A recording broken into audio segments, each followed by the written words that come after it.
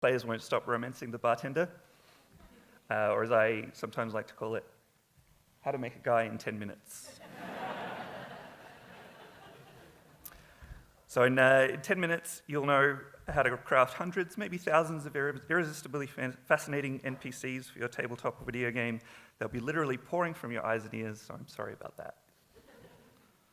First of all, who am I? My name's Andy. I'm a medium-sized human, taking up the normal 5 by 5 foot square.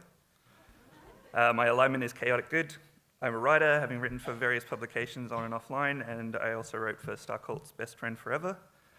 I dungeon master and content design for various tabletop games, including Call of Cthulhu and D&D.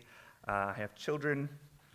And you know what? This is a terrible bio. It stinks. So you've already forgotten most of it. Let's try again. Hi. I'm Andy. Once I was nearly eaten by a dog. But I got better. I like frogs. Frogs are cool. To date, I've written over 10,000 words about Final Fantasy VIII, and I could easily write 10,000 more. For better or worse, I have the same face as every goofy animated kids movie protagonist. And I hate fruit. So, what are people for? Really, why do we need people? As designers, creators, masters of dungeons, what's the purpose of an NPC? Well, first of all, progress, positive movement, shifting your players to the next quest, guiding them to a new location, giving them clues to a mystery or an adventure or a new combat encounter. Entertainment, making sure the game is actually fun for the players. Buy-in, engagement, encouraging player investment in a universe beyond the mechanics of the game, basically getting people to care, and putting silly hats on people. So, is this how we should approach designing NPCs? Yeah? No. That's too complicated, and I'm tired.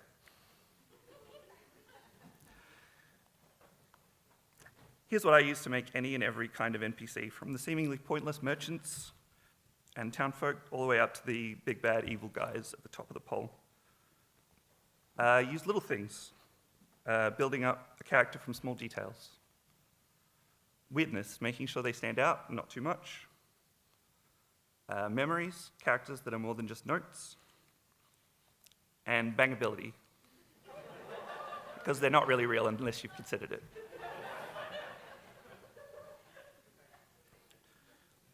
Small details lead to big characters, or small characters for that matter. People are defined by the small choices they make and the focus they bring, not their broad traits. Everyone remembers Neo saying whoa before they remember he was good at guns and martial arts. Claire Redfield rode a motorcycle in Resident Evil 2, and that's the best thing about her. Garrus is sexy and probably has other personality traits. Characters should be treated as people first, story tools second. Players can always tell when a character is only around to act like a big neon sign pointing to the next fight. Tiny imperfections are what define us in the real world, and it should be the same for NPCs. Taking a big character idea and working down is always a bit of a challenge, but taking something small and building it up is a lot more manageable. All these little details make people invest because people are programmed to care more about the details. And it shows if you look at the difference between how you might describe yourself versus how someone else might describe you. And at the end of the day, nobody cares about the king of whatever kingdom you've built just because they're a king. So, how do you make a king? Just as an example, because sometimes you do need a king. First, maybe we add something small and interesting to their character. They like to build machines, maybe. Maybe they're very good at it, it's their passion in life. Maybe that comes at the expense of their ability to interact with people growing up, so they're bad at social things. But they become the king, somehow. Their parents die in a tragic manure accident. A socially inept king is probably not going to be the best king. Now we know he's a king, but not a very good one. He likes to build machines. He's an orphan. What does this king need to run a kingdom do to overcome his shortcomings? Obviously, he builds machines to run the kingdom for him. Now you've got a kingdom full of robots and a neglectful ruler all ready to play with. And that is good for any sort of quest that you can possibly think of. This character was actually in charge of a kingdom in one of my previous D&D campaigns. He built a construct to automate the running of the castle and the surrounding city. A demon possessed this construct and enslaved the population. The king ended up dead and strung up on a drawbridge. It was a whole thing. And all from just one tiny detail about him wanting to be an engineer. You can apply this across the spectrum of characters. Some other people that I've had is Boris, a bartender who's also an octopus. He has a penchant for local craft ales. Nevin, who ran a general store, but also collected weird dolls and made everyone uncomfortable.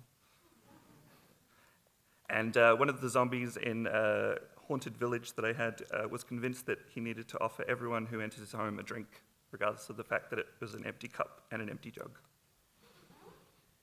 These aren't details that are relevant to their mechanical purposes or designed to move the story along, but every time you drop something in like this, you're inviting players to fill what exists around those details. They will naturally become more three-dimensional without your input, which leads nicely into weirdness. If you make your NPCs stand out, then players will find them. Realism is a terrible motivation when it comes to character design. Real world is terrible and is full of a lot of dull people you'd hate to be trapped in an elevator with. There are a lot of benefits to adding more weird to your character design. Players will always follow the strange, even when you don't want them to, often at the expense of something important. That means you can build natural progress into your games rather than relying on gamey concepts like quests, letters, objectives. They're more fun to make for you. If you're going to sit in your dark, musty writer's room eating protein bars and drinking cold tea, making hundreds of characters from scratch, you should at least be able to enjoy it. And it will enrich the universe that you're making by making sure that it feels like a fleshed out world rather than something full of 17 identical shopkeepers called Dave. When I began my current campaign, the idea was to set it in an awful crime-ridden city called Dark Post. Dirty, corrupt, full of mob bosses and nightmarish cults, lower classes crushed under the boot of the rich and powerful. But when the party searched for someone to bring their rogue to life, they found a chipper furbolg shaman in a trinket-filled tent, a round peg in a dirty square hole. He offered to help, but he wanted to charge them 400 gold, and they told him to get lost.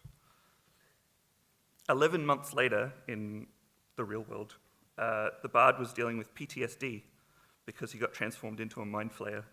That's also a long story. The party suggested going to seek help from the weird furbolg that hadn't been mentioned at all before that point. Now all of them are booked in for therapy sessions in the tent on a regular basis. Which brings us to talking about memories, or more specifically, the creation of moments. When you're creating NPCs, it's important to understand that the player will want different things from your game than you do. What do you want as a designer? Most likely a character that fills a narrative purpose or mechanical. They do something to get players from A to B. But the players want moments, experiences that they can enjoy in the present and remember fondly in the future. They don't actually care about following one path or another as long as they're good paths. So let's look at a few examples of this dichotomy in action. I have a character who's a necromancer. He exists to some extent as a villain scary enough that no one will want to really mess with him. Once he took over the entire continent with an undead army, and they had to imprison him with the power of a terrifying flesh goddess. But from the player's perspective, the most important thing is that this necromancer is a guy who lives in a tower, and he really likes cake. So much so that when his assistant was killed, the party spent at least an hour going down into his kitchen and making a rum-soaked layer cake to make him feel better. He also has a distracting level of sexual tension with the party's fighter, which has taken up far more of their time than any of the plots to overthrow the world government. That's a long-term character planned in advance, but in contrast, I have a tiefling bartender. She was a very, very incidental NPC created for exactly one purpose, to run a tavern where the party stopped for one night. Nothing more. But a chance discussion about her interest in archery and some flirting with the cleric led to an impromptu archery tournament and a very emotional date that ended behind closed doors.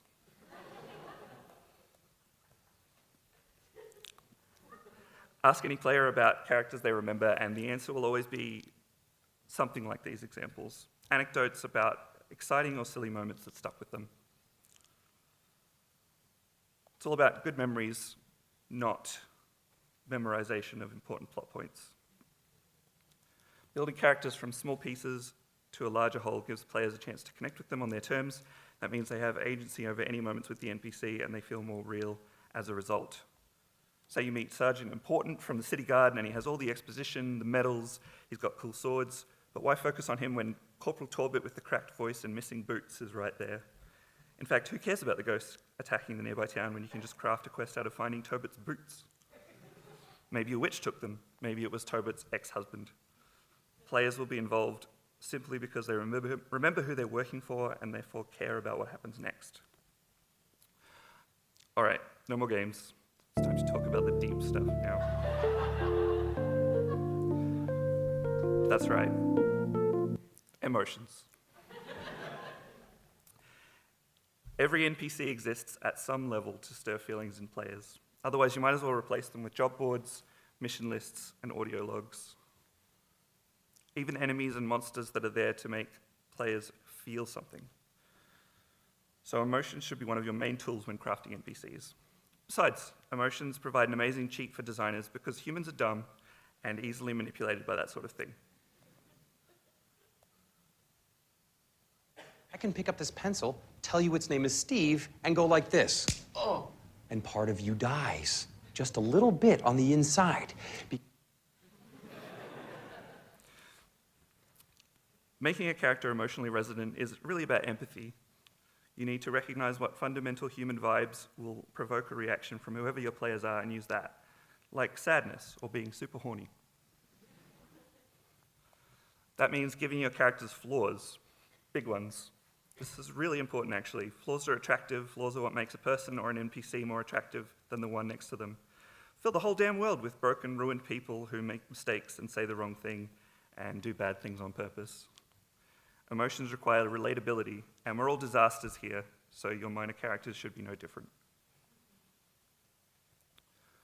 All the previous points build into this. You take the small details, the unusual quirks, the potential for memorable moments, a finely chiseled body dropped straight from the heavenly planes. And what do you get? An emotional response. Your character made the players feel something, think about something. It doesn't even matter what it is, or whether it relates to your plot, or if it gets them to the dungeon. You made a human being feel something out of thin air. Wow, you're basically a wizard. I'd like to end with one of my favorite NPC stories. He isn't one of the most bombastic examples. In fact, he's just a regular blacksmith. But I think he really typifies the idea of taking a tiny bit of effort and making a character that has value. Fallon is a blacksmith in Dark Post, the awful city I mentioned. One day, the fallen angel character needed to repair the party's weapons after a slime attack. So they specified he was looking for a hot blacksmith. He found Fallon, and, well, let's just say he found a very unethical way to get a discount. Anyway, they started dating, and the angel discovered that Fallon was actually a pretty nice guy. Shy, kind, not a big fan of crime, which unfortunately the party did a lot of. Soon enough, a big part of the angel's character development began to revolve around the fact that Fallon was terrified of adventuring. Of course he was. He was a blacksmith NPC. He never existed outside of his own front door. Eventually, the city was frozen over by an elemental prince of frost, obviously. And it was the angel character's emotional connection to this silly little blacksmith that encouraged the party to fight a little harder to save the trash city. All because some swords got slimy. And I just think that's neat. That's it for me, folks. I hope you've been inspired to build something interesting. Please, please tell me all about your weird NPCs. Talk to me around the conference, accost me in the street, at me on Twitter. I love it. Thank you very much.